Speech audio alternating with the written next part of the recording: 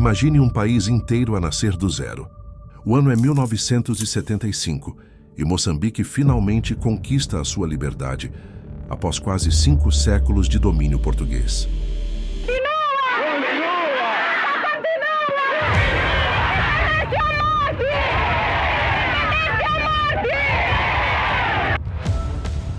A bandeira sobe, o hino ecoa, o povo celebra. Mas enquanto a festa acontecia nas ruas, uma crise silenciosa começava a instalar-se.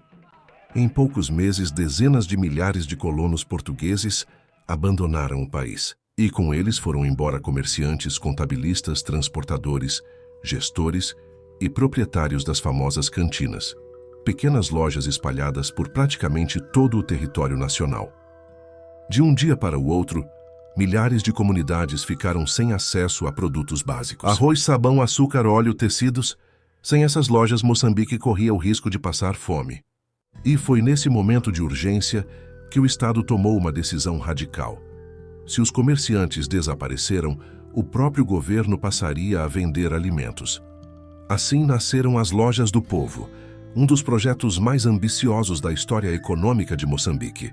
Uma rede nacional de comércio estatal que prometia garantir abastecimento, controlar preços e eliminar o lucro privado. Durante anos, elas estiveram no centro da vida cotidiana dos moçambicanos, mas também se tornaram símbolo de escassez, filas intermináveis e do surgimento da famosa candonga. A grande pergunta é: como um projeto criado para combater a fome acabou alimentando o mercado negro? A nossa luta é contra aqueles que querem oprimir e explorar o povo. Roubam os produtos, escondem e depois especulam. É ou não é?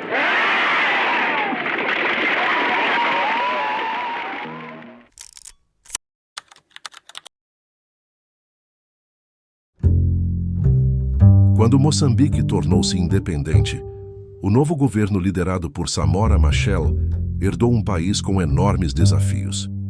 A economia colonial havia sido estruturada para servir interesses externos. A maioria da população africana estava excluída da educação formal, da gestão e do comércio moderno. Em 1975, estima-se que cerca de 90% da população fosse analfabeta. Grande parte do comércio retalhista estava nas mãos de portugueses. Quando estes partiram em massa, o país ficou sem uma rede funcional de distribuição. Não havia empresários nacionais suficientes, não havia quadros experientes, não havia capacidade logística consolidada. O risco de ruptura no abastecimento era real.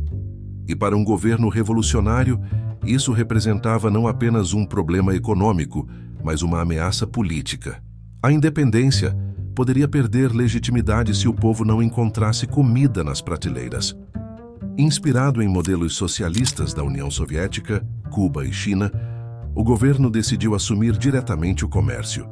O princípio era simples: se o lucro privado era visto como fonte de exploração, então o Estado deveria controlar a distribuição de bens essenciais.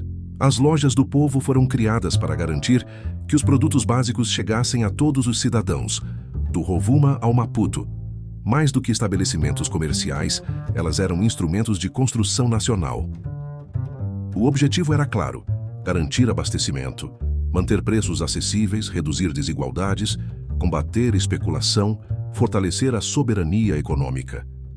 Na prática, o Estado tornava-se simultaneamente governo, importador, distribuidor e comerciante.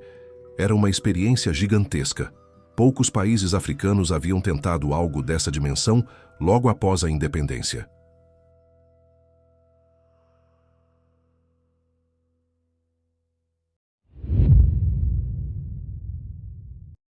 No papel, o projeto parecia brilhante. O Estado comprava produtos em grande escala, transportava-os para todo o território e vendia a preços controlados, sem depender do lucro privado. Mas, na prática, gerir uma rede nacional de abastecimento revelou-se uma tarefa monumental.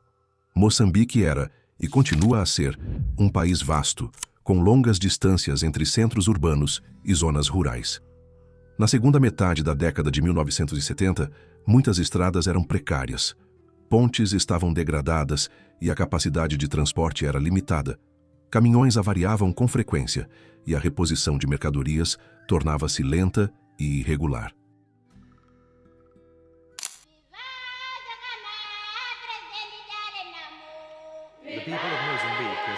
Se administrar a rede já era difícil em tempos de paz, a situação tornou-se muito mais grave com o início da Guerra Civil Moçambicana.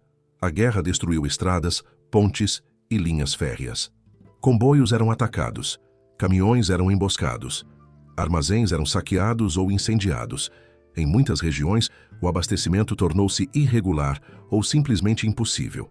Ao mesmo tempo, Moçambique enfrentava crises econômicas sucessivas, seca, redução de exportações e forte dependência de importações e ajuda externa. Quando os preços eram mantidos artificialmente baixos e a oferta era insuficiente, surgia um incentivo inevitável: comprar barato no circuito oficial e revender mais caro no mercado paralelo. Assim ganhou força a candonga. A palavra passou a designar a venda informal de produtos escassos, fora dos canais oficiais. Quem tinha acesso a arroz, açúcar, sabão ou combustível podia revendê-los por preços muito superiores. O fenômeno não nasceu apenas da ganância, nasceu da escassez, nasceu da diferença entre o preço oficial e o valor real de mercado, e nasceu das falhas de um sistema incapaz de abastecer todos de forma regular. O que deveria eliminar a especulação acabou involuntariamente por criar as condições perfeitas para o mercado negro florescer.